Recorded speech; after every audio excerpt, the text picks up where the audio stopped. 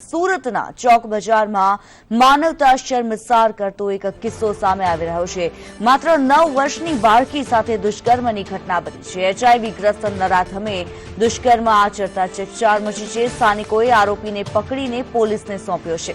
પોલીસે પોક્સો અને દુષ્કર્મની ફરિયાદ નોંધી તપાસ હાથ ધરી છે। આ વિશે વધુ વિગતો સાથે જોડાઈ ચૂક્યા છે સંવાદદાતા આઝમ સાલેહ। આઝમ, જાણવા માંગીશું જે પ્રમાણે શર્મસાર કરતો એક આ કિસ્સો સામે આવી રહ્યો છે। 9 વર્ષની બાળકી સાથે દુષ્કર્મ કરવામાં આવ્યું છે। શું વધુ વિગતો પ્રાપ્ત થઈ રહી છે?